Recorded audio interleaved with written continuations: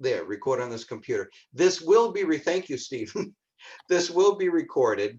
And what we will do is it takes a little while after this session ends to process it, but either later tonight or tomorrow morning, we'll put a link on the Pax Christi page saying, hey, here's a link to the YouTube video showing a recording of tonight's session, so that the video portion of tonight will be recorded.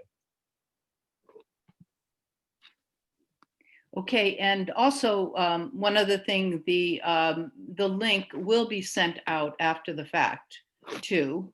And the further thing is, if you have any events or particular links that pertain to this subject of peace and justice and nonviolence that you think that we should be aware of, you can enter that into the chat room as well, and we can all take a look at it and excerpt the information if we're interested in that. So you're free to do that.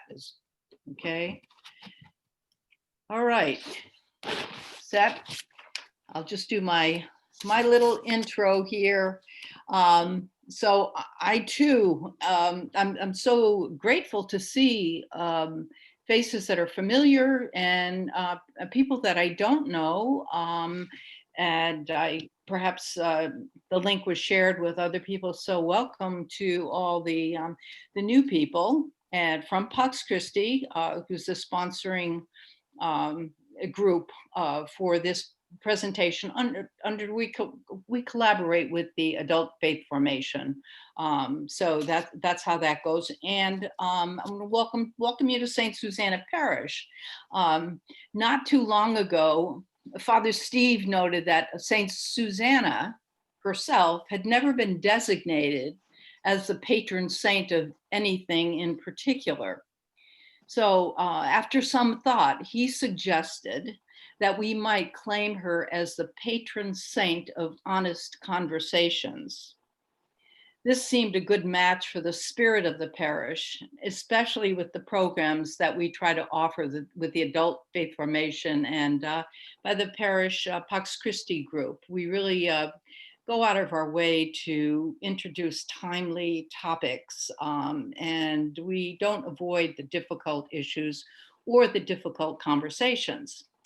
And tonight we assure you that John's presentation will stimulate us to think more deeply about our faith and encourage honest conversations that will deepen our desire to acknowledge the presence of violence within our own hearts and renounce that which turns us away from God or takes us off the path, and the violence, of course, in our world. And as John, some of these quotes I'm excerpting from John's writing, and to take a public stand and speak out and agitate for justice and disarmament and for all of creation, which we do try to do at St. Susanna's with our various efforts. It is more than time that we and our church enter the realm of a new kind of wisdom, born of a commitment to renounce all violence and follow the beautiful, though challenging way of the nonviolent Jesus. Father John Deere's life has been one of singular dedication to the pursuit of peace, following in the footsteps of the nonviolent Jesus, but mentored along the way by such people as the Berrigan brothers and many others. He perhaps will refer to some of them. He is an internationally known activist, a writer of more than 30 books, a retreat leader, and an international speaker. He's guided by the consistent ethic of nonviolence and has been arrested many times for acts of nonviolent resistance against war, injustice, and nuclear weapons. In his book, for instance, he mentions the loneliness and the stress and the struggle of being in jail for some of these acts of civil disobedience. And it should be noted that he was nominated for the Nobel Peace Prize twice, and the last time was by Bishop Desmond Tutu. John was due to speak, probably some of you know this, last May in person at St. Susanna's, but I got a call in March when things were breaking, and of course we canceled it. And he was going to focus, as he will tonight, perhaps, on his newest book, which is Praise Be Peace, Psalms of Peace and Nonviolence in a Time of War and Climate Change. So he's definitely with us. He's coming in from California, and let's see. I'm trying to think if there were a couple of other things that I meant to mention. I think Phil mentioned most of them, and the other thing that I wanted to mention is that these programs that we do exist because we're supported usually by the presence of people who come to find them valuable. So if you care to offer a small donation, we're happy to accept your generosity. And I will, in the chat box, include my contact information. If you're interested in the books, we have copies of the book at the rectory. And if you get in touch with me, you can either pick them up at the rectory, or if you're far away, I can mail them to you. And they're $20. And so right now it's time to welcome John. We wish he were here in person, but we're very grateful for his warm, normal, radical personality, and just happy to hear what he has to say tonight. So John, you're on. Thank you, Pat. That's so nice. And so thank you for having me, Pat. And hi, everybody out there in cold Boston and Massachusetts. And I'm glad all is well at St. Susanna's. And I was sorry to miss you in May. And hi, Father Steve. Thank you for welcoming me here to your Zoom parish, and Phil. And yeah, I was coming on a big tour for this book, and I got it. I had 30 cities lined up. I was going to drive from where I am right in the central coast of California. I live right in the ocean, about 2 years now. And I was going to drive to you all and then go to Maine and Florida and back, and giving speeches all along the way. And my requirement was a party after every event. But it all fell through the pandemic, and I got as far as Santa Fe, and I remember calling Pat and saying, you know, we can't do it. And it was pretty shocking, but I hope you all are doing okay and taking care and being safe and sound. It sounds like it. So Pat has, as you heard, 50 copies still in a box. So everybody would buy 5 copies. That would really help. No, I'm only kidding. But this book, so Pat asked me to talk about the book, and I hope that's okay with everybody. It's called Praise Be Peace, Psalms of Peace and Nonviolence in a Time of War and Climate Change. It's a book on the Psalms. What the heck was I thinking? Excuse me, Father Steve.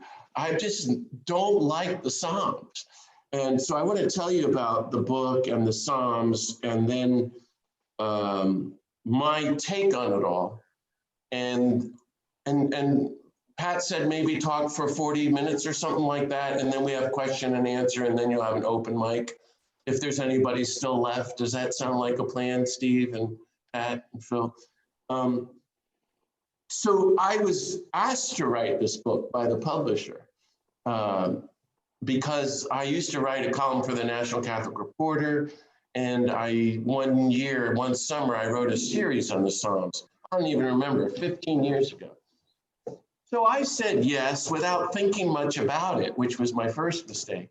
And then I spent about 6 to 8 months thinking about the Psalms and reading them. I've been reading them all my life, every day. And don't quote me on this, okay? I'm in enough trouble. But I don't really like the Psalms. They don't help me. And I've been saying in my speeches around the country and the world, stop reading the Bible. Again, Father Steve, don't listen to this. Just read the 4 Gospels. read Matthew, Mark, Luke, and John a little bit every day for the next 30 years and then get back to me. Once you really got them down, then you can move on to something else, maybe. And I'm sort of serious about that because that's what the saints did. And we just get ourselves in a lot of trouble, you know, saying, well, Jesus said, love your enemies. But in the book of Chronicles, you can bomb the hell out of them. So let's do that. There's 150 Psalms, you know, and they're all full of every emotion you can think of, devotion and praise to anger and violence, and vengeance to total despair and dread, to thanksgiving and peace. A lot of them are liturgies, and they're intended for the faith leader, and some are intended for the community, and then others are hymns, praising God, and then others are total lamentations. There's no hope in their individually and their community. But fundamentally, they're thousands of year old ancient cries to God. And so they're incredibly human and incredibly relevant. And the teaching has always been is Jesus prayed the Psalms. And that's what interests me, because I'm very, very interested, as you are, in Jesus. And this could help us become more nonviolent like him. And so here's my take on them in a nutshell. The point of the Psalms now, so in other words, what I want to talk about, Pat, if it's okay with you, is God. Is that okay? I'm not going to talk about Trump or the election, but you can talk about it with me afterwards if you want to. I think this is much more difficult to talk about. God. And the Psalms say everything depends on God. So how's that going for you? You know, that's to me the main message. God alone is our rock, our safety. Your only hope is in God. Only peace is in God, individually, communally, nationally, and globally. And so they just voice all these kind of feelings and hopes and prayers and longings and cries to God and for the poor and creation and everything that's going on in the human heart. And the idea, and the church has always taught, to pray the Psalms every day, a few Psalms, and that's what the saints did and so forth. And then over time, they have this effect on you. It reminds you that God is God, that you're not God, that we're not God. And you awaken into a new consciousness that God is always present in a loving way to us. And that's really lovely. And if you keep making the Psalms a way of life, you can, you know, as Richard Rohr would say, you can enter into a kind of a liminal space in the presence of God. Now, this is critical. This is exactly what we need as we're in the apocalypse. You know, I hope you're all surviving. Pandemic, Trump, total insanity, closer to nuclear war than ever. We're in permanent warfare on the planet, total catastrophic climate change, racism, police brutality, mass incarceration, global poverty, corporate greed, federal executions going on, not just regular executions, and on and on. Things are so bad, as you all know. But so really what I want to reflect with you is about the life of peace and nonviolence and our journey toward the God of peace and nonviolence. And that's basically my question for you as I'm talking. I invite you to reflect on where are you on the journey of peace and nonviolence with and through and to the God of peace and nonviolence. Isn't that wonderful? And I think in this bad time, and especially if you're under lockdown like me, I haven't been anywhere, Pat, since that morning I called you. I've basically been totally alone in the woods by the ocean, and for 6 months. And it's a good opportunity, if you see it that way, for a time of prayer and going deeper into the God of peace. Things like that. I love all that. And you're thinking, if you're with me, if you haven't already fallen asleep, what the heck is this guy talking about? Peace and nonviolence in the Psalms. This is my problem and why I get so upset with them. Because the point of the Psalms and the point of so much of the scriptures is God is violent and he's going to kill our enemies, and that's why we pay him. Now, I thought that was pretty funny. Go ahead. No, it's horrible. It's your sacred religious duty to pray to God to kill the nation's enemies. That's a running theme. Here's some examples, just to, because this to me is everything we're dealing with. It's actually, to me, the problem of the Republican and Democratic Party, our nation, nuclear weapons, climate change, the world. And I get this from Gandhi, is our image of God.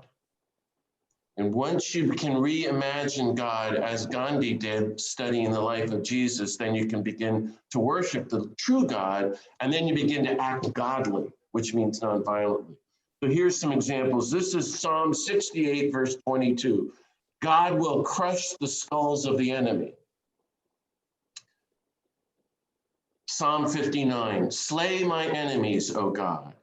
Psalm 108, march with our armies, O God.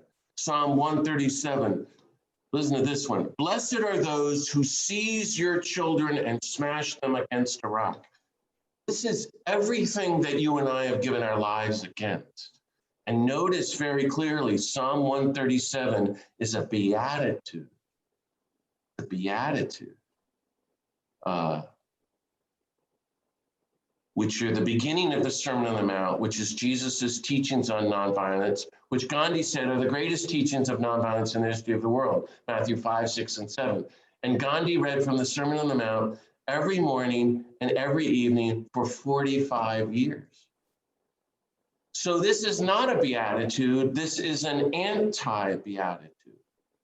Not blessed are the peacemakers, but blessed are the war makers.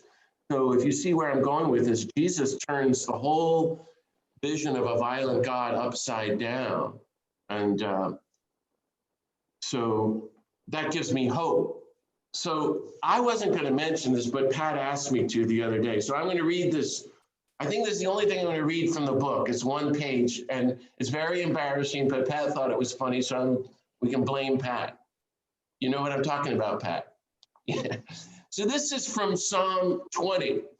And what I did was I picked about 40 Psalms, and I read them the way I do from a Gandhian, Kingian perspective of nonviolence and the Sermon on the Mount to figure out if Jesus is so nonviolent, as Gandhi said, why is he reading the Psalms every day? Well, if you read the Psalms from the perspective, the mind of the nonviolent Jesus, there's nonviolent dynamite here. Can I use that phrase, Pat? Does that work? It doesn't work.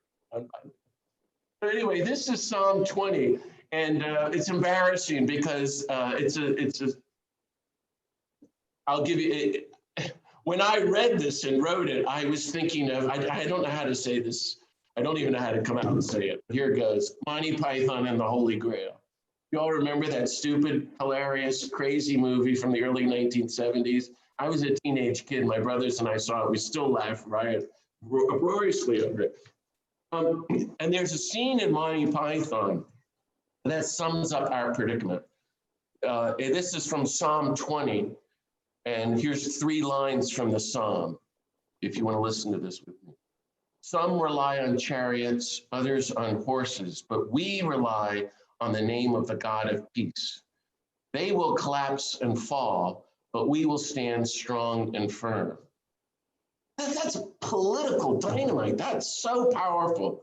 They rely on weapons. The horse, the chariot is your weapon of war. Those thousands of years ago, this you could translate, some rely on nuclear weapons and F-15 fighter bombers, but we rely on the God of peace. They're going to fall, we're going to stand. So here's what I wrote.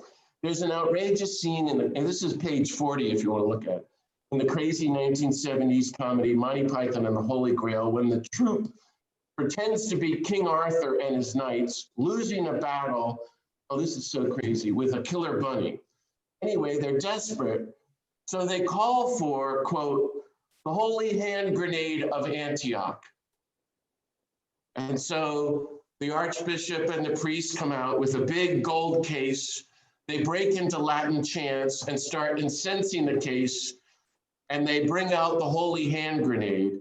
And then they read from, quote, the Holy Book of Armaments, chapter 2.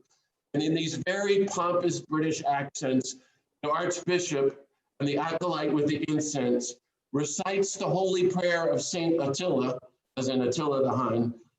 And as he lifts up the holy hand grenade, and here's the prayer: O Lord, bless this thy holy hand grenade, that with it thou mayest blow thine enemies to tiny bits. In thy mercy, amen.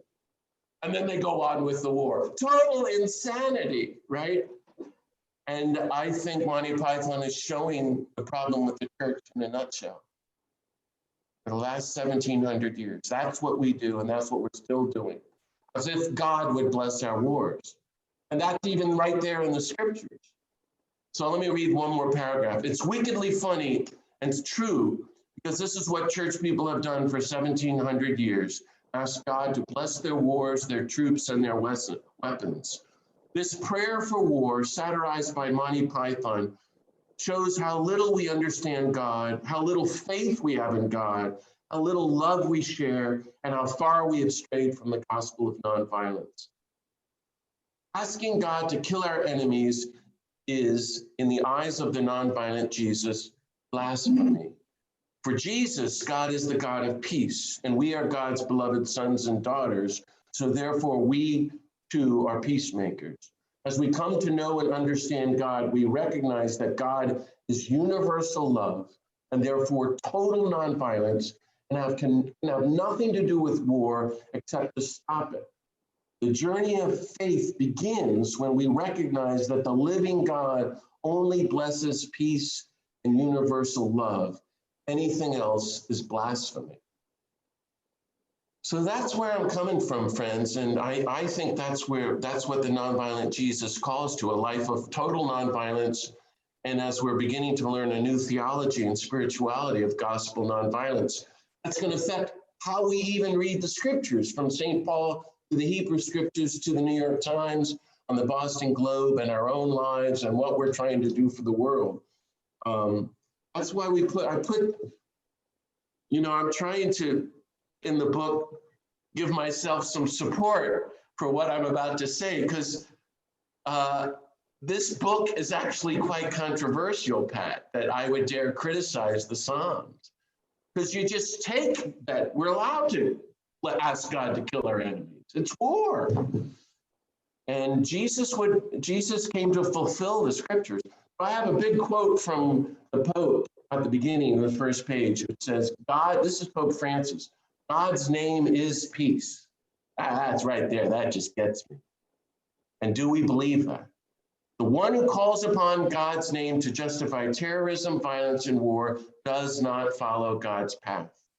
War in the name of religion becomes a war against religion. With firm resolve, therefore, let us reiterate that violence and terrorism are opposed to any authentic religious spirit. That's beautiful. Well, anyway, I didn't know how to write the book, and I moved out here to Big Sur, and I was just sitting with the Psalms for about 8 months, and I went and made my annual retreat up at the monastery on the top of the mountain in Big Sur. It's the Kamal Dali's monastery. The Kamal Dali's are 1,000 years old, and they were so interesting because 1,000 years ago, their founder, St. Romuald, said every monk gets his own little hut and a garden, and his own hermitage. That was a huge breakthrough. And that's what they do up there. And I was making my retreat. On the last day, one morning, I saw the whole book in a nutshell. So I divided my Psalms that speak to me about this culture of war. And when I say war, I mean all forms of violence, from racism to the war in the poor, and nuclear weapons. But then I was also thinking about how the Psalms can help us in this time of catastrophic climate change, as do the Gospels and the Scriptures. I mean, that's where we can find strength in our meditation. So I wrote about the calling of the peacemaker, the faith of the peacemaker, the celebration of the peacemaker, all the Psalms that praise God, taking refuge in God, the trust of the peacemaker. If you ask me, what word is used most in all the Psalms, I would say refuge, which is an odd word. And it's not one we talk about a lot, but I do, as I was saying earlier, I have a lot of Buddhist friends, and strangely, I get invited to speak and teach and work with Buddhists for many years. And Buddha, going back in the earliest days and to today, one of the key things is for Buddhists is you take refuge in the Dharma. In other words, you find your safety in the ancient teaching. Well, the Psalms say over and over again that we take refuge in the God of peace. Well, I love that. That's what people of peace and nonviolence do. No matter what, you find safety and security and strength in the God of peace. And so I was reflecting on that, and that gives me hope, to go on no matter how bad things are. I was thinking here, I'm just looking at the book, The Cry of the Peacemaker. I remember when I was in prison for the Plowshares Action 25 years ago. First week, I was all on my own, and people were beating themselves up. There was blood everywhere in the cell, and it was very scary. 25 people had died mysteriously in the 5 years before Phil Berrigan and I were put in that prison. And so I started reading the Psalms, and I was shocked to discover there's like 20 Psalms are written from the perspective of prisoners. Well, I've been reading the Psalms for 10 years, and I never noticed that. But when you're in prison, facing 20 years in prison, as I was, wow, did they help? They really came alive, like help. And so I reflect on that with you there. And then the hope of the peacemaker, that God is going to protect us. And then the song of the peacemaker, which is always one of praise. And then the vision of the peacemaker, the Psalms, which have, especially Psalms 85, which has this spectacular vision. I can talk, Pat, we're in trouble already, because I can talk for 3 hours, and it's not going to be pretty. No, I'm not going to try not to. But I wanted to go through 4 Psalms, just highlight a few things, if you can stand it, and then we'll open it up. And just to say again, my contention, my whole life's work is that, well, like this, Gandhi said Jesus was the greatest person of nonviolence in the history of the world. Everything Jesus did was total nonviolence, and all his teachings was nonviolence. He went on a campaign of nonviolent resistance into the empire and did civil disobedience in Jerusalem. Of course, you're going to be arrested and tortured and killed, and he went to his death in meticulous nonviolence. And then he came back in the resurrection, and Jesus is still totally nonviolent. But the tradition is he prayed the Psalms, and there's only one reference to it, which is in Luke. After the Last Supper, they go to the Garden of Gethsemane, it says, singing the Psalms. So my thought is, the only way to read them is from the mind of nonviolence of Jesus, from the perspective of the Sermon on the Mount. And if we can do that, then we will see the Psalms in a whole new way. So that's what I've done. So I came to the conclusion that I think the Psalms help Jesus get that total dependence on God that you need. If you're going to be totally nonviolent, then all you got is God and your community. And he's got a community that are kind of like the Marx Brothers, or the Keystone Cops. I thought you might laugh at that, but you're muted. And so anyway, never mind. Psalms help him they just encourage us to be really dedicated to God and almost fearless. So thinking about that, and you may notice if you've got the book, I kept translating the name of God as the God of peace. But my thought is that these particular Psalms can help us be more fearless, more devoted, more dedicated, no matter what's happening in the news. Now, I was up at the monastery, and I'm about to write this book. And at the monastery, my friend, the abbot, was actually the literary executor of Bede Griffiths. I don't know if you all ever heard of Bede Griffiths. And I'm the literary executor of my friend, Father Daniel Berrigan.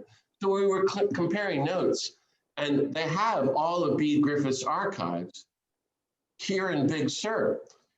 Bede Griffiths was a legendary Benedictine monk who was taught at Oxford by C.S. Lewis in the 1920s, becomes a monk, And after 35 years, mind you, praying the Psalms for 7 hours a day, he moved to India and started an ashram, a Christian Hindu ashram, which is about total peace. And he became a kind of guru of interfaith peacemaking. And he died in the early 1990s. Well, up there in the monastery, I found this little book that he published 6 months before he died about the Psalms. And there in the beginning of that book, E. Griffith says, the church has got to stop praying the Psalms. How about that, Steve? Isn't that shocking? And of course, it's ignored, but he's one of our great saints. So I feel a lot of courage saying, it's easy to say this because Bede Griffith said it all. And everything I wrote in my book is of the same message of Bede Griffiths. Now, this guy read the Psalms, as I said, as a monk, 7 hours a day for 65 years, probably. No joke. And he says, he says, Christ is totally nonviolent, and we need to avoid anything and everything that promotes violence, that encourages us to be violent, that helps the church to bless and support violence, or that just is passive while this culture of violence is threatening to destroy the planet. So here's an actual quote from him, but I have a whole page from him in the book. This is quote, "It has become urgent that we revise the Psalter," that's the collection of Psalms which priests pray, "so that all branding of others as enemies, wicked, or sinners who deserve no mercy or pity to be removed. That's not the mind of Christ. When one considers the incalculable harm which has resulted from this habit of mind in the church, as seen in the Inquisitions, the Crusades, the wars of religion, persecution of heretics, and I would add everything that we've seen on the news today, the divisions, it's Christians' fault. It is clear that a revision of this kind is urgently needed." I hope you see what I'm saying, what he's saying. I find that very, very encouraging. As Gandhi would say, as Bede Griffiths would say, we need to really know the Sermon on the Mount and read it and practice that. Okay, the first one I like, and this one so I'm going to go through 4 if you can stand it for a few minutes. This one I wrote about 35 years ago when I was a kid, because it was so shocking to me when I was living in El Salvador.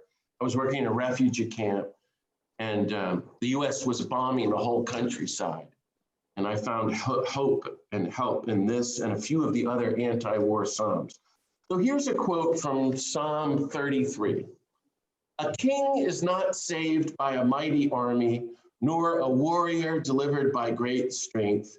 Useless is the war horse for safety. Its great strength is no sure escape. But the eyes of the God of peace are upon the reverent and upon those who hope for God's gracious help." I love that. I think that is so revolutionary and political. You can't serve both the God of peace and the weapons of war. You can't trust in the God of peace and trust in the weapons of war at the same time. It's one or the other. Show reverence to the God of peace and live in peace, or show reverence to the weapons of war and the false security of the country and die. Kill and die. The Psalms are in your face, blatant.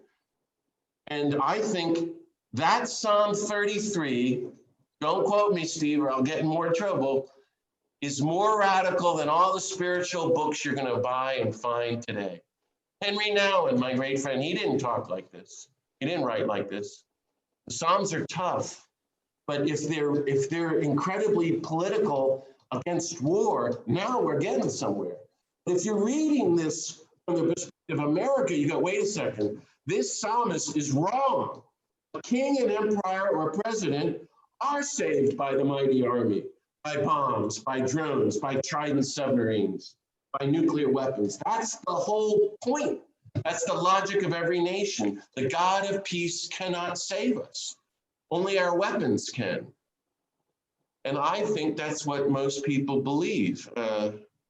But, you know, so if this is way before the Sermon on the Mount, where Jesus is saying, don't trust in the weapons of war, the horse, the chariot, and so forth, love your enemies. I hear this psalm and then later the Sermon on the Mount, if you're still with me, saying very practically, war doesn't work.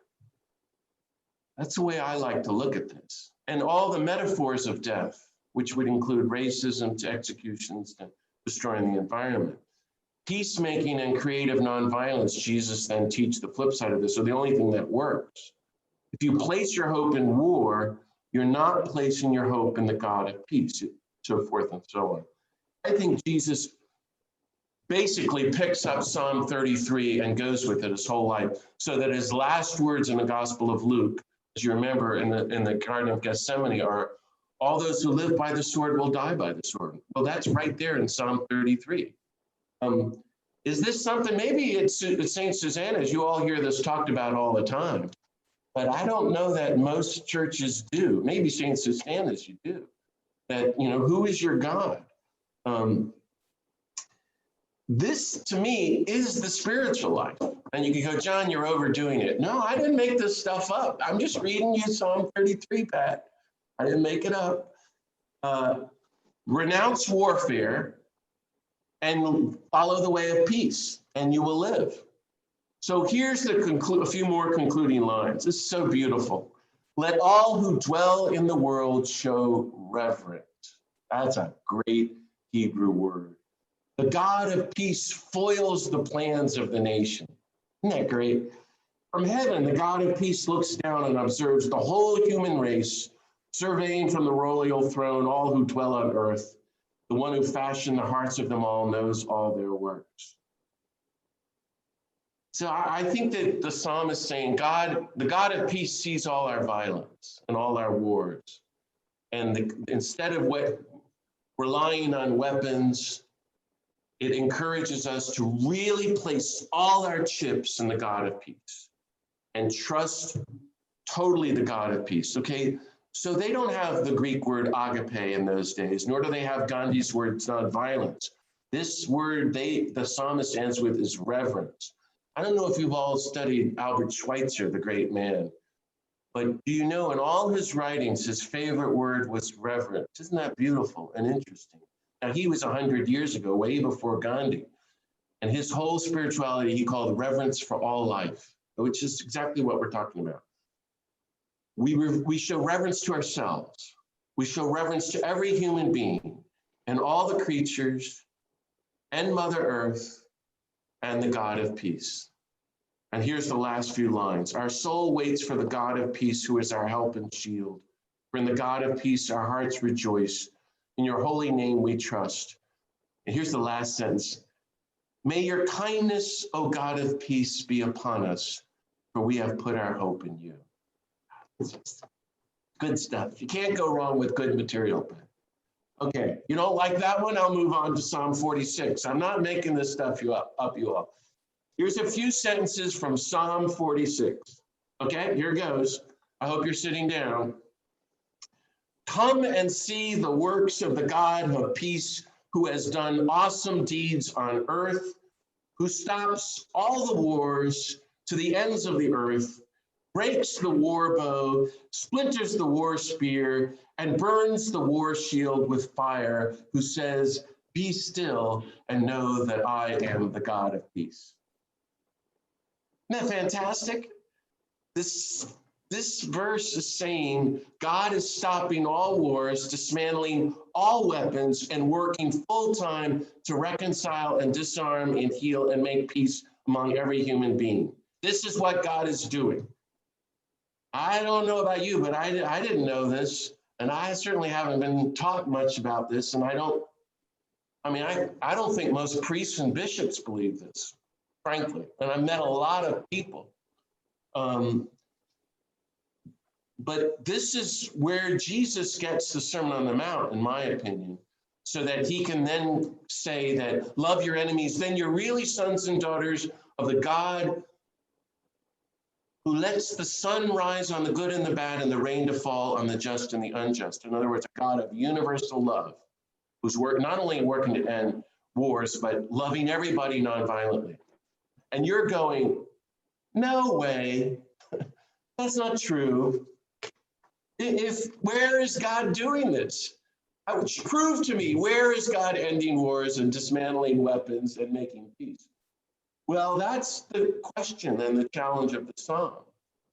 And I think that the invitation is God is doing this everywhere, but probably not right among us in first world American comfort. God is where the violence is, trying to end it. But I'm just working on this and invite you to think, where is God doing this? Because we are the ones waging the wars and building the weapons and fostering hatred, as we see in the news. And then, because there's that really interesting line, go and see the works of God. And that's a large part why I've, been to jail on and off my whole life, been to war zones, been to probably 30 war zones around the world. And I've always seen God there. God is so palpable. It was incredible. And there's miracles happening there, which you certainly won't find out here in California. I don't know about you. You have to really have your ear to the ground. In other words, God is on the margins, not in the center of power, at the bottom, not at the top, among the least, not among the first, on the outskirts of the empire, not in its headquarters. So if you want to see God's works of peace, you got to go to the margins and the edges to see God disarming the world. And we can be part of that and trust in that and be instruments of God doing all that. I think a deeper question, the real question may not be, oh yeah, where is God doing this? The real question is, from the psalmist is, and this is serious, do you want this God? Do we want a God who stops wars and dismantles nuclear weapons and get rid of gun violence and ends execution and torture? And so that would mean all that money could be shared with the world's poor. I think we're so used to a violent image of God that we not only can't imagine a God of peace, we don't want a God of peace. And we've given up hope in a God of peace. In fact, we hope that God is a war maker because it's so ingrained in us. And is that why then the last for teaching is, be still and know that I am the God of peace, which is a critical teaching. It's like we can spend the rest of our lives on that sentence. Go and spend an hour every day and be really still in your meditation, really one with your breath, and contemplative nonviolence, and meet God. And who is the God you meet there? Is God violent? Is God mean to you? Is God angry? Has God ever said a mean word to you? Does God want to throw you in hell or throw them in hell? Well, we hope he throws them in hell and not us. No, it's not like that at all. And if you spend your life sitting still in God and get to know God, you find God is infinite peace, total nonviolence, unconditional, non-retaliatory, universal love, universal compassion. It's really nice to go and spend time with God and not to waste our time supporting killing or war. And this is how I see Jesus reading Psalm 46. Okay, you don't like that one? Can I move on to Psalm 85? I'm almost done here because I know this is probably a setback. This, to me, is the most beautiful poem perhaps in the whole darn Bible. It's just so gorgeous. And I'm just going to say like 3 sentences about it. I'll give you 3 lines from it. I've always loved it, and I'm sure you have too. Psalm 85. I end the whole book with this, I think. I will listen for the word of the God of peace. Surely the God of peace will proclaim peace to God's people, to the faithful, to all those who trust in the God of peace. And then love and truth will embrace, justice and peace will kiss, truth will spring up from the earth, and justice will look down from heaven. Now we're getting somewhere. Isn't that just gorgeous? And that's a mantra we can sit with every day for the rest of our lives. And more than that, it's a guide to how to be a peacemaker. What do you do if you want to be a peacemaker? You sit still and know that God is the God of peace. And what happens in prayer? Meditation is ultimately, it's a relationship with God. And you see, those of you who know me know that I have a problem. I talk too much, but it's a problem even in my prayer too, I'm ashamed to say, Steve. but I have to actually say to God, okay, I've talked a long time. I'm now going to be quiet. I give you 5 minutes if there's anything you want to say, God. I'm trying to make you laugh. You have to say, okay, now I'm really going to listen to God. That's what meditation is about. And let God speak words of peace to us. I love you. I give you my peace. That's all God wants. And then we go forth as peacemakers. The other major thing for me about the Psalms is, what's freaking me out is catastrophic climate change. And the book I wrote before this was a book all about catastrophic climate change. I don't know if you saw it. It's called They Will Inherit the Earth. And it's based on the third Beatitude. The third Beatitude, I'm hoping you all know it. Blessed are the meek, they will inherit the earth. Well, Thomas Merton said the word meekness actually means active nonviolence. I never heard that before in my whole life till I was writing my book on Merton. And does that mean Jesus said 2,000 years ago, all those who are people of total nonviolence, Merton said like Dr. King, they are one with creation? How did Jesus think that up? Nonviolence leads to one with creation. And then I thought one day as I was writing my book, well, I know now why I haven't heard it, because I was never taught that. And for 1,700 years, the church hasn't taught nonviolence. And it's almost like the anti-beatitude. All blessed are the powerful, the violent. They will not inherit the earth. They will not be one with creation. And so we have catastrophic climate change. You see that point? That's what my whole book is about. So I spent years really studying climate change and studying the science and going to conferences. And I remember about a year and a half ago, young Greta, she's been giving these fierce statements, and she has a gift of eloquence. And she said, the whole world is on fire and we need to start acting like it. Forget your comfort zone. So I started getting involved with, just laugh, Jane Fonda and the Fire Drill Fridays movement. I started going to DC and getting arrested there. But she decided to take Greta seriously. And you may have followed up to the pandemic, Jane Fonda moved to DC and shut down the US Capitol every Friday. And it was classic Gandhian nonviolence. I've gotten really involved in that. Well, so I'm telling you all this because I'm very interested. What do we do about climate change? Well, we have to work, of course, to stop digging up fossil fuels. That's the only hope. That's what the science says. We've got till the year 2030, and then the window is totally shut. This really depresses me. And in my book, I write about grief is what all the spiritual leaders of the world are saying. However, the Psalms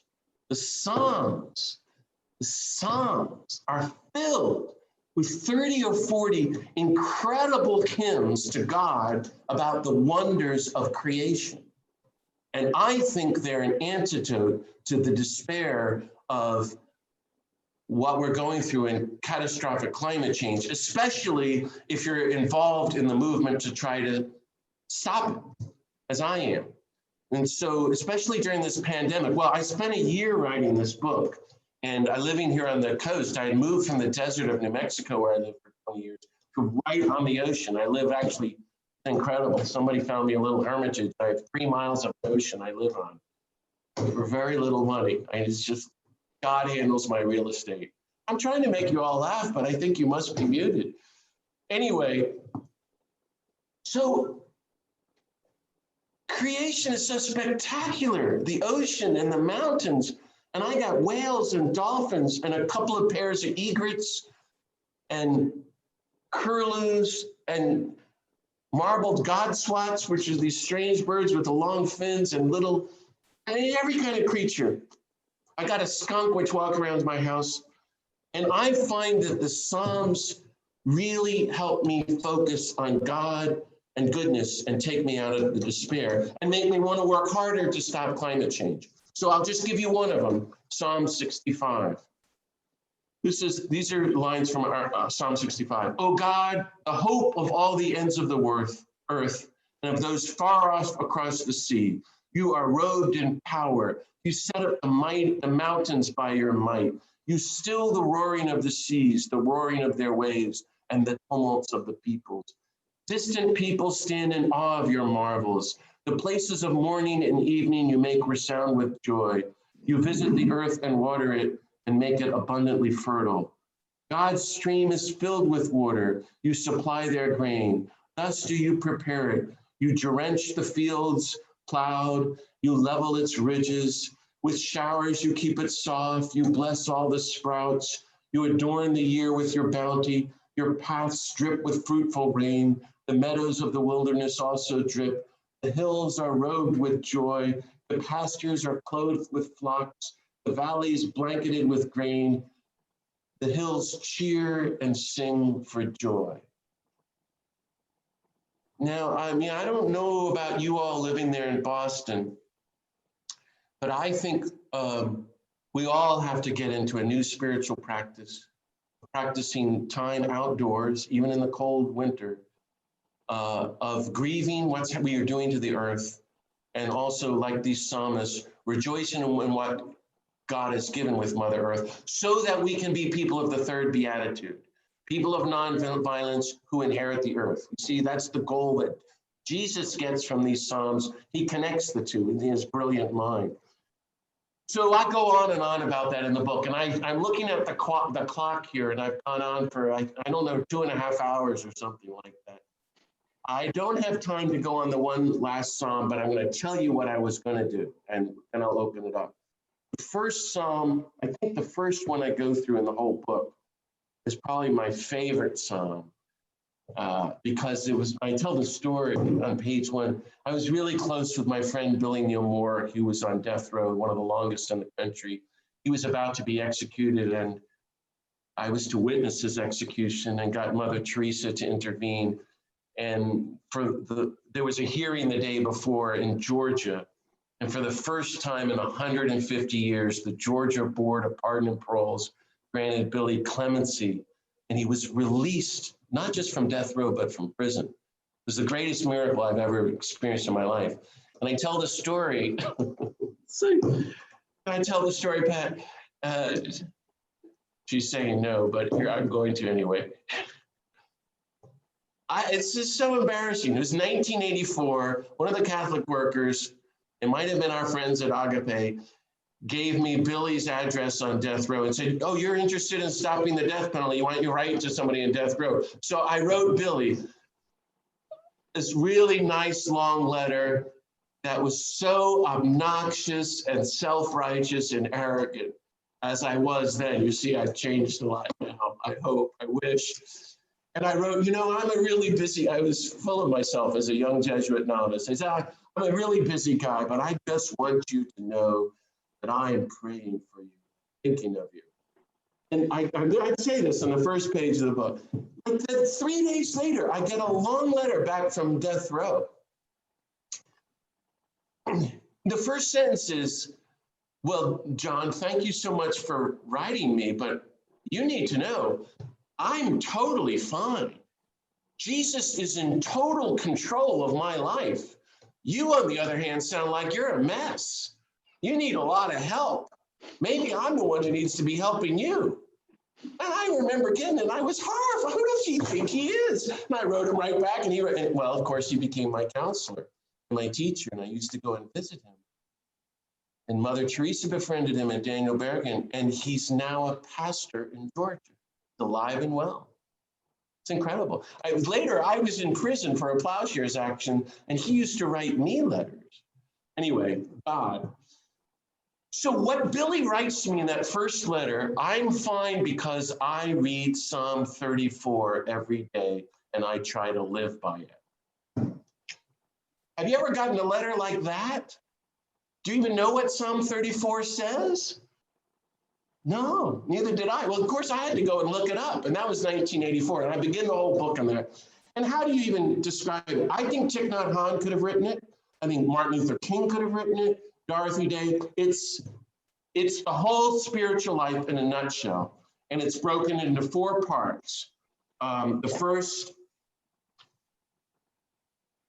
praise, blessing, thanks to the God of peace. It is just fantastic. Okay, great. It's kind of like the Magnificat. The second, God help me, help the poor, help all of us in distress. The third, how to be a peacemaker. Come, children, listen to me. I will teach you all for the God of peace.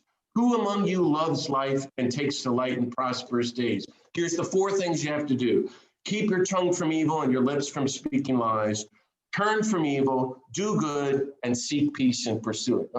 That's right there. No more evil, only do good and spend your life seeking peace.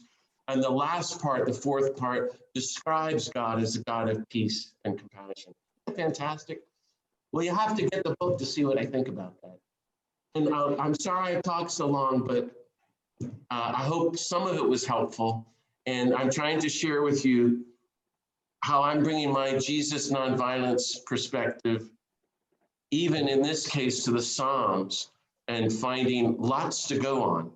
And it was really, really helpful for me. And I hope the book, and I hope these reflections can help you.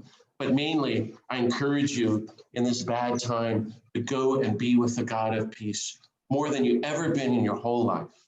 Absolutely. Spend more time with God than ever. Up your ante.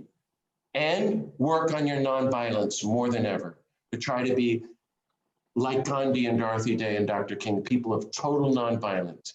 And get ready to up your ante in the movement. Once we get back on the streets, we're going to need to be really more involved than ever. So thanks very much for listening, everybody. Thank you. Pat? Thank you. I got a rebuttal, Pat. Oh, John, I wouldn't rebut a thing. You know, You wouldn't be the first.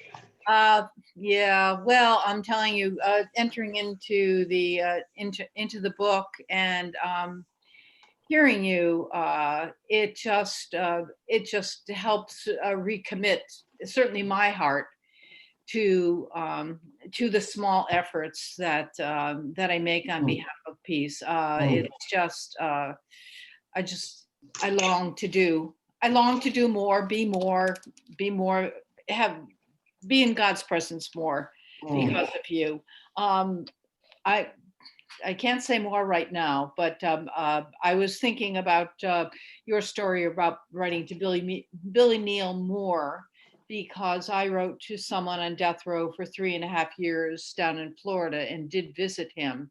And honestly, he almost became a kind of spiritual director for me. Sure. Yeah. He was, and when he was executed, he was totally at peace. And I've got a whole collection of his letters, and he even wrote a Station of the Cross for us for the Good Friday events. But I'm not going. That's just my little bit. I don't know whether Phil has questions, or Phil, whether you think we could open it up and.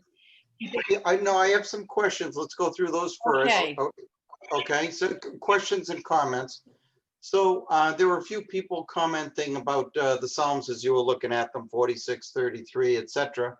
And then John Roiver wrote that the Treaty for the Prevention of Nuclear War was just ratified. And Father Steve mentioned that it will be effective in January 2021, 90 days from now. These were just comments that were made. Kathy Hubert mentioned that she's when you were talking about we couldn't you couldn't hear our chuckles, and we were. I was looking at our faces, John. We all laughed on cue. But Kathy Hubert wrote, "Sorry that you don't have us as a live audience. It's very nice and sorry to cheat you of our enjoyment." So I thought that was very nice of her to say that. Joe Rejunas said, "How do we deal with overwhelming violence directed to civilizations like Auschwitz and gulags without using our own violence?" So I have a little time to respond. Thank you. So, well, I still have everybody. Can can I make a commercial announcement first? And I wrote down your comments, Phil. I wanted to tell you that, by the way, y'all, for the last 7 years, I worked for this great group, Pace Bene, and I just quit about 2 months ago. And I'm starting this Sunday, November 1st, a new national organization that I'm really excited about.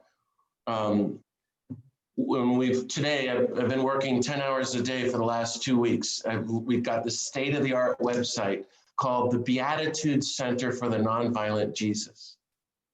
And I'm going to be doing online Zooms every couple of weeks for people around the world to teach Jesus and nonviolence and the Beatitudes and the Sermon on the Mount. And 2 years from now, we're going to start having week-long institutes here in Big Sur on the ranch where I live, which is like paradise.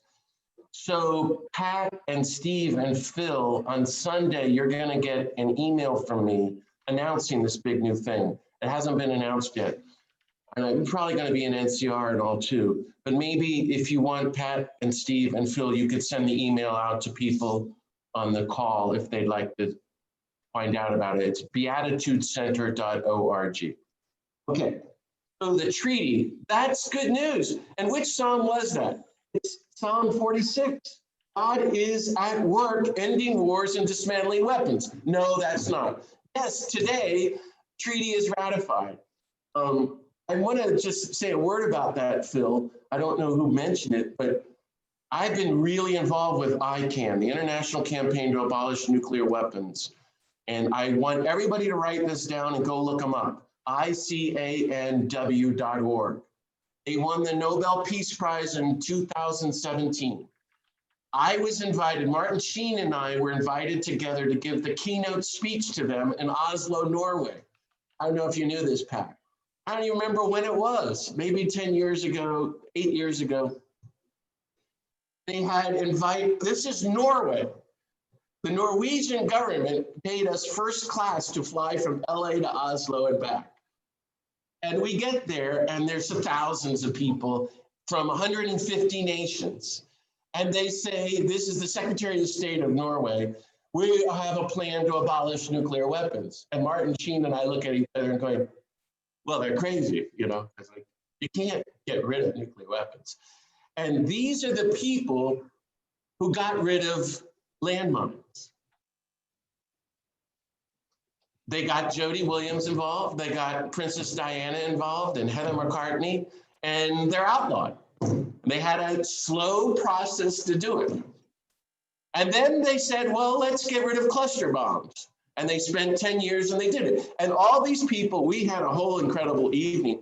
But the whole time in Norway, they were going, we know what we're going to do.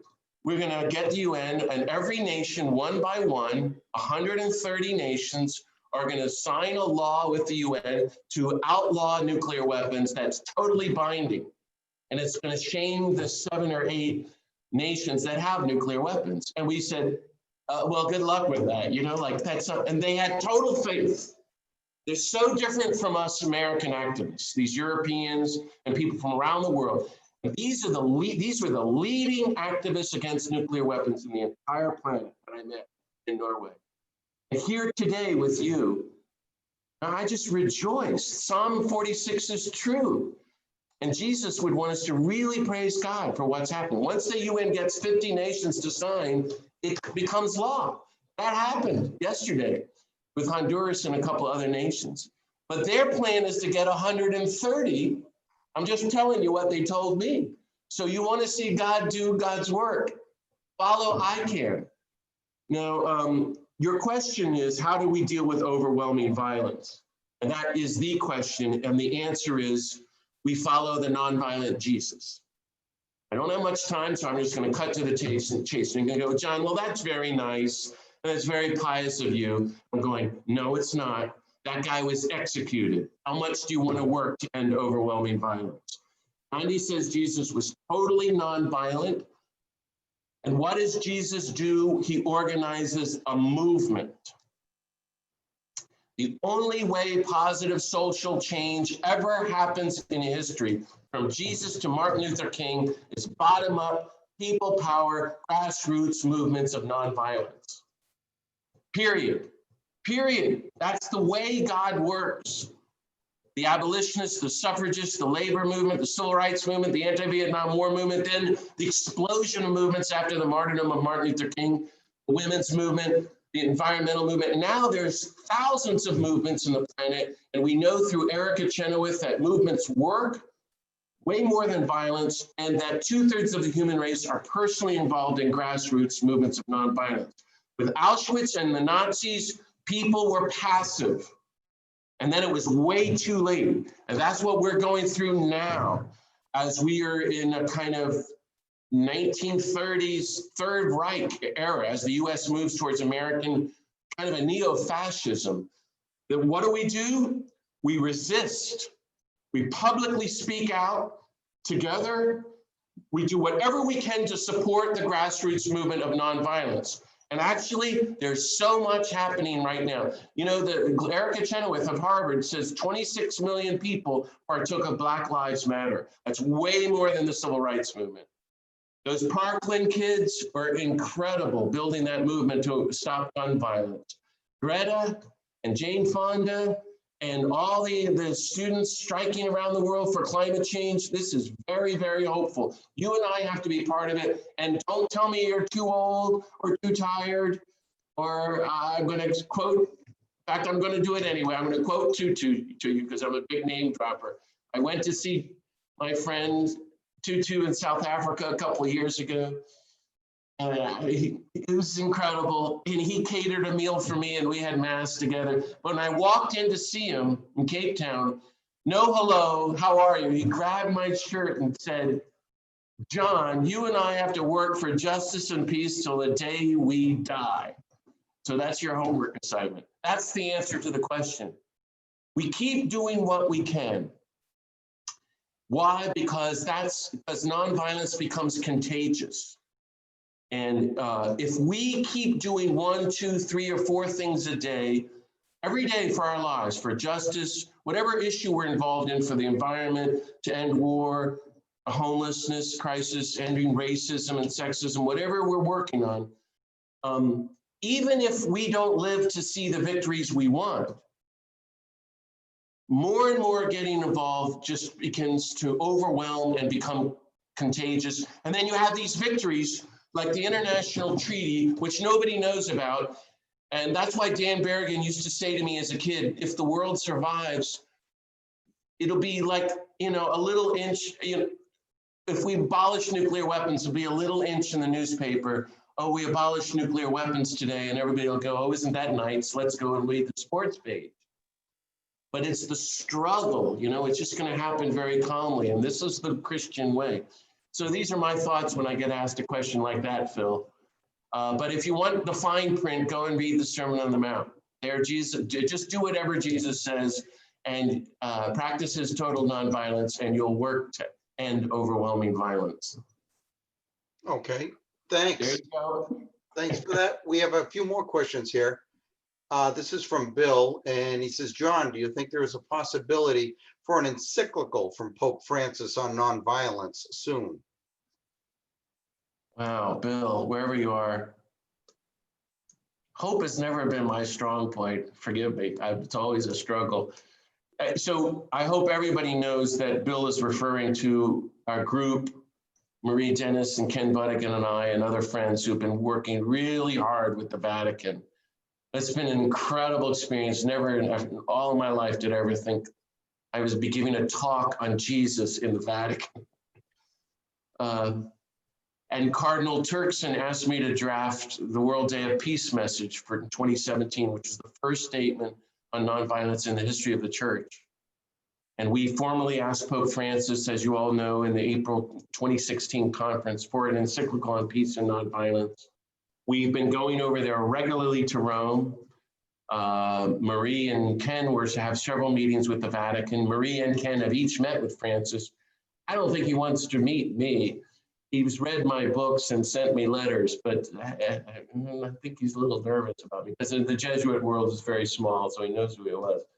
Anyway, I think things changed, Bill, to be frank. You know, I personally really like Francis a lot. I think he's the most progressive Pope in history. I wish he had done a lot more for women. I wish he had been a lot stronger about the sex abuse scandals from day one. But we've never had any Pope saying the stuff he said. His encyclical on the environment was brilliant.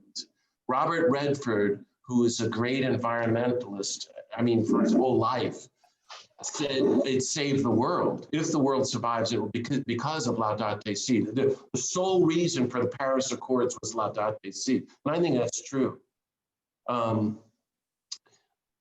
But you saw he issued an encyclical, Tutti Fratelli, a couple of weeks ago. And I personally am disappointed in it. It's very lovely and there's a lot of nice things in it. And he does say, I don't know how you can use the just war theory anymore. And certainly the death penalty is out. But that is not what we've asked him for. We've had, what happened was after the initial years of lobbying the Vatican, and then not just lobbying, becoming friends with some of the cardinals, which was really shocking for us. After and I hope everybody in Pax Christi takes ownership for this. Everybody listening to me, you should be very heartened. All this work is bearing good fruit after 75 years of the work of Pax Christi. And Marie Dennis did incredible leadership. Only Marie could have pulled any of this off. She's responsible. I saw what she did and I could never do it. She's so nonviolent and gentle and talks them into stuff, you know. But we found that the leadership in the Vatican, the real close friends and advisors to Francis, off the record were saying, forget the just war theory. There's no just war theory. There's only nonviolence. We're totally for you. Isn't that fantastic? So, and I believe them, actually believe them now, like Cardinal Turkson. And we met some incredible saints. And I would not want to talk about the Vatican and the hierarchy. I don't think I've even mentioned it once in the whole evening until now. But what happened after a couple of years, we started to get the pushback from the mid-level tiers within the Vatican bureaucracy. Now, this is what we were expecting from day one. But the mid-level career people were going, what are you talking about? You can't get rid of war. And, you know, this reminds me, I was forgive me for name dropping, but I came back and I was in Erie to give a speech and I went and spent an afternoon with Joan Chittister, who's been my friend for, and she's roaring, laughing. And she's like, well, we're bound to get the ordination of women now if they're dealing with you, because nonviolence is way harder than women, if you think about it, friends. This means changing the catechism. I mean, it's so, violence is at the heart of everything the church does. The just war theory, this great lie. And we're trying to get the Pope to get rid of the just war theory completely and to go into total nonviolence. And he said incredible things and he's been using the word. But the pushback has continued. And the last time I was in Rome, I can't remember, was it a year ago, a year and a half ago? Maybe it was just a year ago. For one of the big meetings, I left pretty pessimistic and thinking we weren't going to get the encyclical. But that's just me by my nature. I find it so hard to even think that we could get that. A lot more people within the Vatican and a lot of cardinals were involved. And plus we brought several big shots from the United States with us. Bishop McElroy from New Jersey and the great bishop from San Diego was there, and the Bishop of Chicago almost came with us, and they were going to advocate for nonviolence with us. So the struggle continues, but I, as Francis has gotten older and things have gotten worse in the church, I'm not that hopeful that we're going to get it, but we're continuing to work for it. So say a prayer for it. Okay, thank you for that. And let's see. So this is from Phil Herrick, who you noticed earlier. While the Psalms you highlight are quite impactful, how do we process or pray about the other Psalms which envision a God of violent retribution? Phil, you're not going to like this. Now, I can't see Phil, but Phil's brother was one of my best friends, a Jesuit priest who died recently. And so Phil and I were attached to, maybe you all know Father Simon Herrick. He died there at the Weston, maybe some of you knew. Pat, did you know Simon, Pat? He was He was one of the great teachers of nonviolence in the United States, hands down. He was just a genius, and he had a very debilitating disease.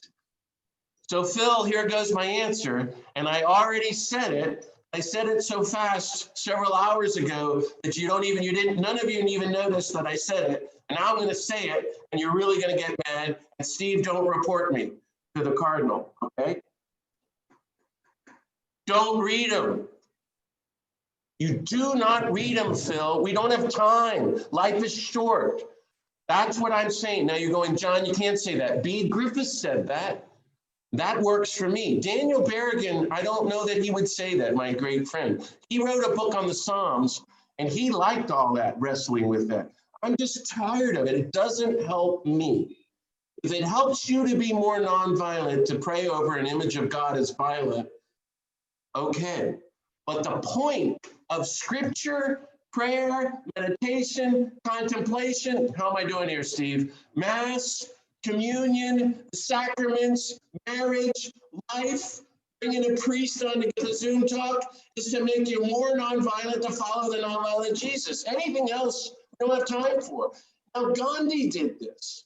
That's why you all know I really studied Gandhi. And he read the entire Bible word for word and was appalled. And then he got to Matthew 5, 6, and 7 and said, I've never heard this before in my whole life. It's better than the Bhagavad Gita, chapter 2, which is pretty good. The fifth antithesis in the Sermon on the Mount, which the best translation in the Greek is, offer no violent resistance to one who does evil. That's a total commandment, and that's the way of Jesus. Gandhi, I skipped the first sentence. You have heard an eye for an eye and a tooth for tooth, but I say offer no violent resistance. Gandhi read that sentence, and I went to India to his house with Gandhi's grandson. Arun Gandhi and I went to India for a month. I wanted to see where Gandhi prayed. Every morning and every evening, they read that sentence again and said, okay, we're going to try to do what Jesus said. He's not reading the Psalms of violence. I'm trying to make my point, Phil. Now, Phil, you're going, no, John, it's the word of God. We have to read it. I'm with Bede Griffiths. Look at the Inquisitions, the Crusades. We're totally on the verge of nuclear war. As close as we've ever been since Hiroshima. We're totally heading into the total destruction of the planet. We need to go deeper into the nonviolence of Jesus. And we need to teach everyone, every moment till the day we die, to become nonviolent like Jesus. And we need to build a global grassroots movement, the likes of which the world has never seen, way beyond Gandhi and Dr. King combined. It's the only hope for the world. This is what I've been saying. My friends and I are saying. So we've got a lot in the 40 Psalms that I highlight in this book. Phil, you'll find more than that. But that's why I say, read that, read the passages in Isaiah and Daniel, and then focus on the Gospels. And I take St. Paul with a big grain of salt. Why? He never read the Sermon on the Mount. The Sermon on the Mount was written way after poor Paul was killed. And this is serious stuff. He has a different ecclesiology and Christology and theology, really. Whereas the gospel evangelists are in your face about universal love and total nonviolence. So Phil, I'm daring to say this because I think our friend Simon would be going, do whatever John says, but he might not be, Phil. You can email me later. Now you're going, John, we can't do that. You just can't do that. I think a lot of people are making changes. The Weston, monastery up near you all, they're very selective about the Psalms they're reading. At the Kamal-Dalis Monastery in Big Sur, they no longer use any sentences in the Psalms. They're supposed to read the whole 150 Psalms every week for the rest of their lives. They've taken out all sentences about violence. Isn't that interesting? And so they really are trying to become a community of peace and nonviolence, which is what Jesus wants. And that's why I argue this is what Jesus did and we can too. Now, by the way, for the record, I'm not saying that the Hebrew Bible is not the word of God. It is the word of God. That's the whole point. These are the word of God. The Hebrew Bible is written over 1,000 years by over 100 authors, probably hundreds of authors, and it's a slow revelation of God. That's the great thing. Oh my God, Abraham comes along and says, God is one. Nobody ever said that before. But of course, he's bombing and killing our enemies. That's what we hope. And then you get this weird wisdom stuff about some kind of feminine God. That can't be good. Hagia Sophia, the wisdom literature. And if we're not so sure that God is so violent, like the book of Chronicles or Kings and all. But then you get the prophets, and they start really moving. Some of the passages in Isaiah are so spectacular. They shall beat their swords into plowshares and study war no more. And then the problem with the prophets is they become like Sandinistas. The word of God is kill those people to protect the poor. And that's not it either. So then Jesus says, right after the Beatitudes, I have come to fulfill the law and the prophets, which is the entire human Hebrew Bible, the Torah and the prophets, the whole thing. And it's the spectacular nonviolence. So, you know, Phil, I just think life is short.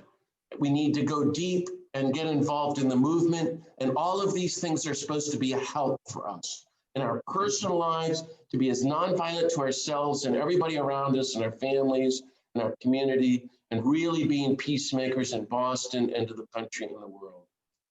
That's the mission for the rest of our lives. And so you want anything that will help you do that, and whatever's not helping you do that, I would say move on from it.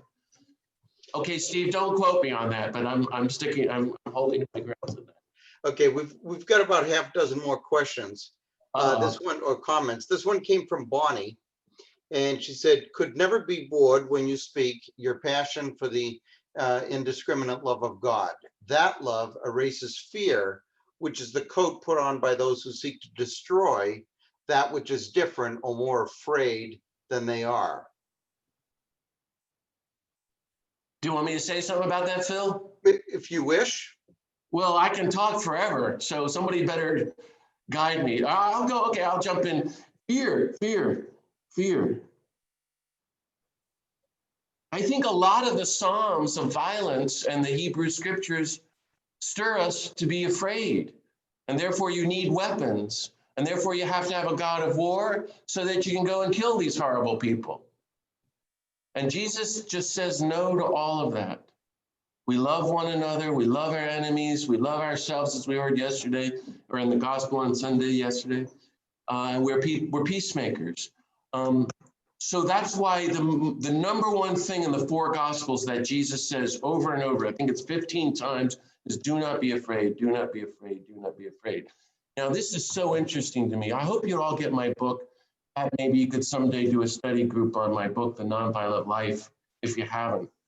There I say that nonviolence requires three things: total nonviolence to yourself, total nonviolence towards all people, all creatures, and Mother Earth, and you have to be involved in the movement. You have to do all three. You can't just do one of them.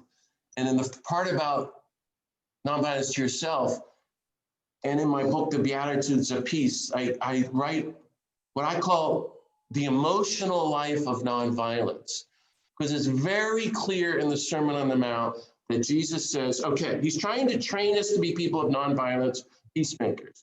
And he says, whatever you do, avoid these two emotions, and whatever you do, cultivate these two emotions.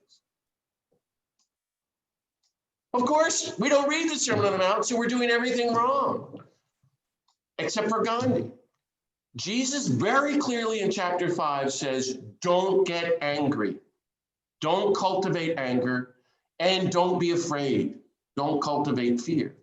And he very clearly says in the Beatitudes, grieve. That's an emotion. We practice grief. If you care about the world and care about suffering humanity, you're grieving and mourning. That's got to be part of our prayer. And joy, which is different than happiness. Cultivate an inner joy about the risen Jesus. But we're angry and afraid. Gandhi spent every single day, I know this for a fact, working on these four emotions. A week before he died, he told a reporter, the greatest thing I did was take Jesus seriously when I was in South Africa. and try not to be angry. Because the more you get involved in the movement, the more you find how unjust the world is and the angrier you can be. And we can all be raging lunatics, and that's useless. Doesn't help build the movement or bring change. No, John, anger is a positive. No, it doesn't work for me. I'm tired of being angry. I think there's a third way, which I don't know how to articulate. You know, and I've seen it with Tutu, because that guy is having a lot of fun and he's changing the world. But you don't have to be afraid either. Gandhi took a vow of fearlessness. And so that's why I said very, very carefully at the beginning of my talk, because it's very important to me that if you wanted to sum up the Psalms, the whole message is total radical dependence on the God of peace. Now, what does that mean for you? I can tell you what I'm trying to do with that. And I invite you to find out what that means for you. In other words, who are you really depending on besides God? You know, money, Trump, yourself, your job. There's a million of everything but God. To really be depending on God, mean God is our rock, our security. That was Daniel Berrigan's word for it in his book of Psalms.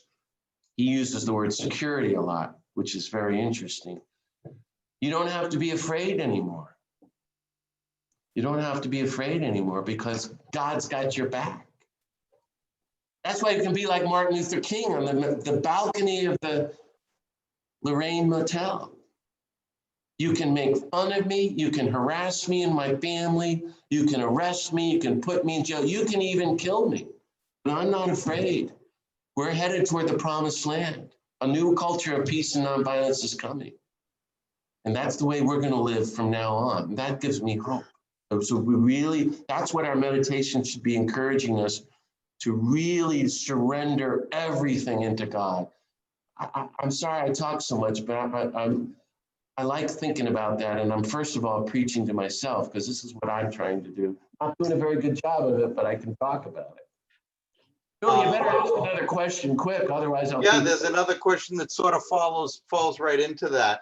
Why are there so few young people and veterans in the peace movement today? Well, that's a long question and an interesting one, but I mean, what peace movement are you referring to? I don't mean to be cynical or silly. That was the artist. I'm not sure. So it's a very interesting question, and I don't look at it that way. And I'm full-time involved in the movements for 40 years, morning, noon, and night. There have never been more young people involved in the grassroots movements in my lifetime than right now. Climate change, and I've never heard anybody speak like young Greta Thunberg. I don't know how she makes this stuff up. You see, I'm trying to work, Steve, on some good slogans here. You should read Greta. She's 18 now. She wiped the floor with Davos 2 years ago, the big, World Economic Forum. At 16 years old, her speech was just incredible. And she's led a strike that millions and millions and millions of young kids around the world were not going to school on Friday saying, what the hell, why go? You're destroying the planet. And don't say we got to cut back on emissions. She basically said, that's bullshit. There's no more emissions. Not one fossil fuel can come out. She's just incredible. So all these kids took it. And then I met Jane Fonda, and Jane's going, well, why are there so few old folk involved in the movement? That's what Jane Fonda said. And I know what she means. And that's why, there were a lot of young people when we were all arrested. And Jane and me and Gloria Steinem, and there were a couple of old folks. It was very interesting. Black Lives Matter. I went to the demonstration 2 months ago near where I lived, and there were 1,000 people. Right. I was the only person over 25. Now this was, Pat, I'm not used to this. And I'm being a little ridiculous, Phil, to say this has never been an issue for me. Because I go to the School of the Americas demonstrations. Maybe some of you went. I remember one year I spoke and there were 25,000 people there, 90% of them college students. And I know hundreds and hundreds of them by name. And their lives were changed and they're passionate and they're still working. So I have hope. And I also feel positive about it because Dan Berrigan was always that way. So we all have to keep reaching out, keep inviting young people, keep doing what you can, give them gifts, give them books, give them movies, take a couple of young people under your wing. I do that all the time, always trying.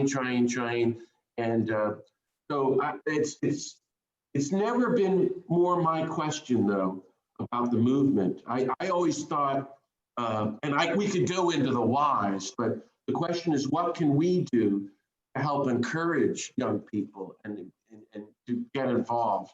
Why would any young person want to be involved in the church, for example? Why? Because they're not hearing, if they're not hearing about Jesus and his nonviolence, they shouldn't be involved in it, So we have our work cut out for us. And that's why I told the story about Tutu. Tutu's attitude is, our responsibility is to keep following the nonviolent Jesus as radically as we can till the day we die, on behalf of the whole human race and Mother Earth, and trust that the outcome is in Jesus's hands, and that our lives will bear good fruit as best we can. Things like that. Thank you. And then we still have several other questions. This is from Bob. It's more of a comment. The Psalms are the dreams of people before Jesus. The world was definitely improved, has definitely improved, yet men have fought to get things done in their timelines instead of surrendering to God's timeline. The greatest violence is against honesty, integrity, and social hatred. Well, thank you for all that. I don't think they're just dreams, though. There's a lot of nightmares in the Psalms. And there's a lot of nightmares in the Bible. In the book of Revelation, Daniel Berrigan wrote 3 books about it. And one of them is called The Nightmare of God, the nightmares of Jesus, if you will. But I certainly am not one of the people who thinks that things are better. Now, I know is it Steven Pinker and a Harvard guy, and a lot of great people think that. I just really worked hard all year on the 75th anniversary of Hiroshima. I don't know, Pat, if you saw our Los Alamos viral online Zoom, 25,000 people watched it for August 6th, the 75th anniversary of Hiroshima. And my friend Ira Helfand, who's won 2 Nobel Peace Prize winners, medals. He's a founder of Physicians for Social Responsibility, and he's a founder of ICANN, and he's in Springfield, Massachusetts. Great guy. He just went on in the fine print of how close we are to destroying the planet.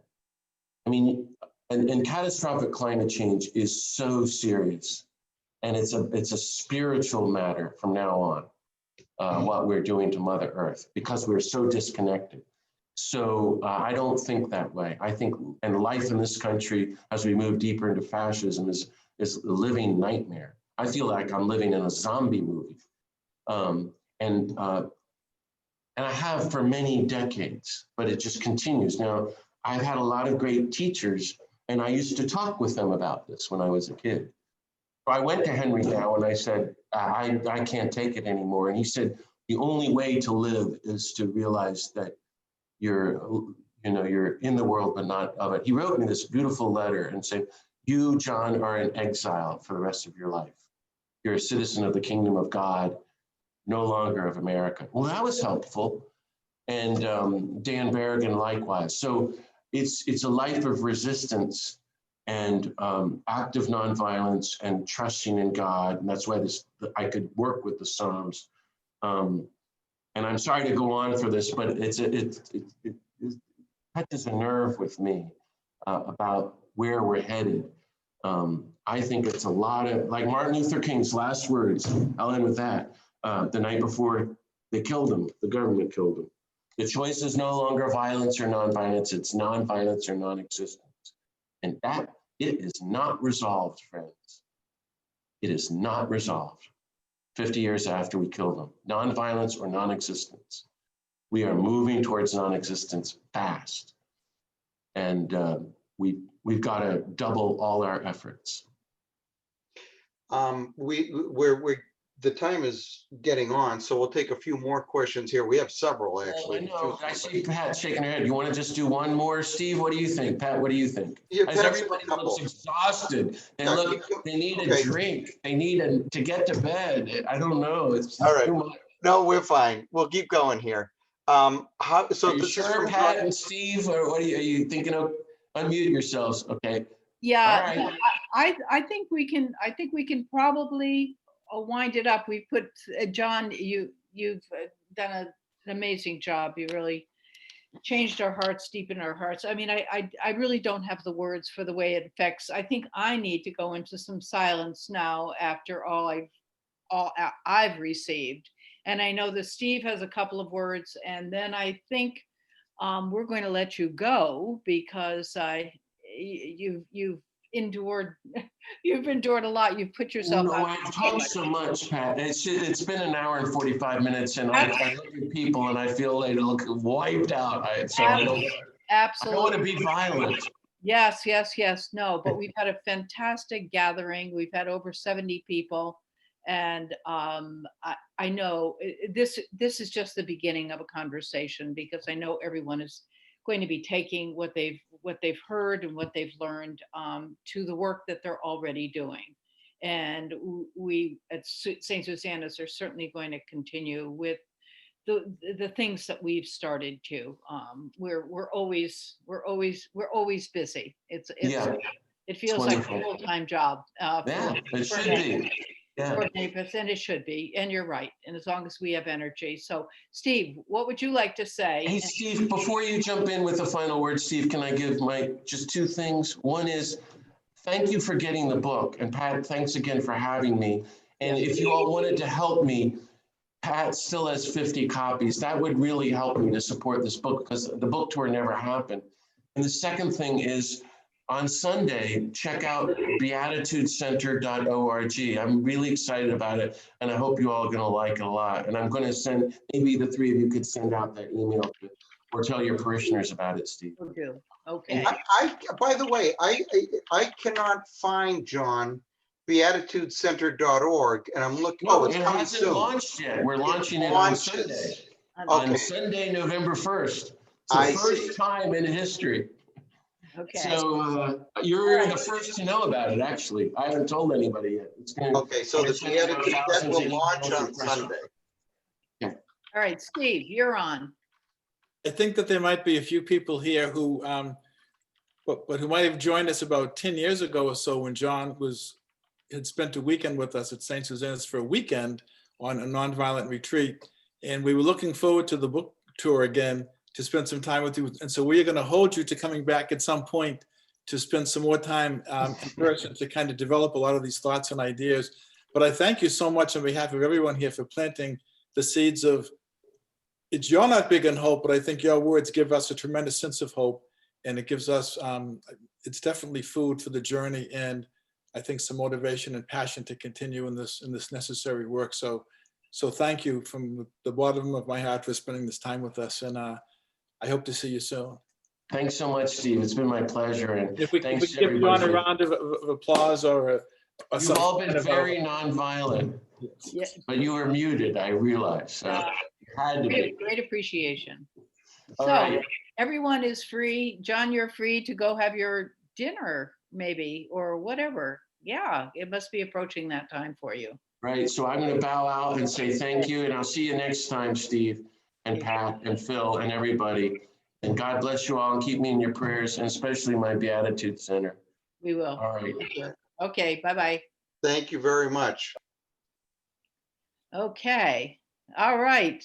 Well, and one message for all: if you join this event this evening, if you're on the adult faith formation mailing list, you'll get the invites for all of our upcoming classes. If you join just tonight through the Pax Christi movement, if you would like to be on the mailing list for the faith formation events that happen throughout the year, if you just shoot Pat or myself your email, we'll put you on our list. you won't get inundated with emails. I think that Larry and Tim send out the messages once every 2 weeks or so on the upcoming events. They're usually on Monday evenings at 7 o'clock. We have a wide range of topics and speakers on all types of faith matters and world matters. I think you'll find it, like this evening, an interesting way to spend an evening to engage in how our faith grows and changes and is challenged. Thank you. That's it. Bye, everybody. Bob was saying that he'd appreciate a continuing dialogue, but I think the folks are just sort of leaping off here, so Yes, yeah, right. that's fine. Yeah, there may be other opportunity in the future to dialogue together, which would be a great idea. Don't forget to vote next week. Yes. Good night. Good night. Thank you, everyone. Good night.